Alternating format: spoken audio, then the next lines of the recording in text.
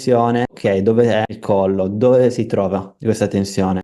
Cerco di sentire questa parte che mi sta chiedendo attenzione. Non sono quindi in questo momento capace di portare il sintomo a zero se non capisco da dove arriva. E quando dico da dove arriva non parlo da dove arriva nel senso se arriva dalla schiena, se arriva dalla parte della nuca o se arriva dalla spalla o direttamente dal collo.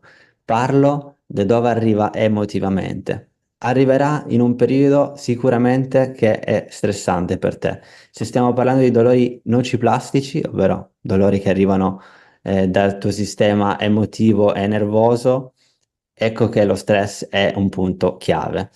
Quindi questo è il primo step. Consapevolezza corporea. Arrivi semplicemente a dire ok, sono in questa situazione, cosa posso fare? A questo punto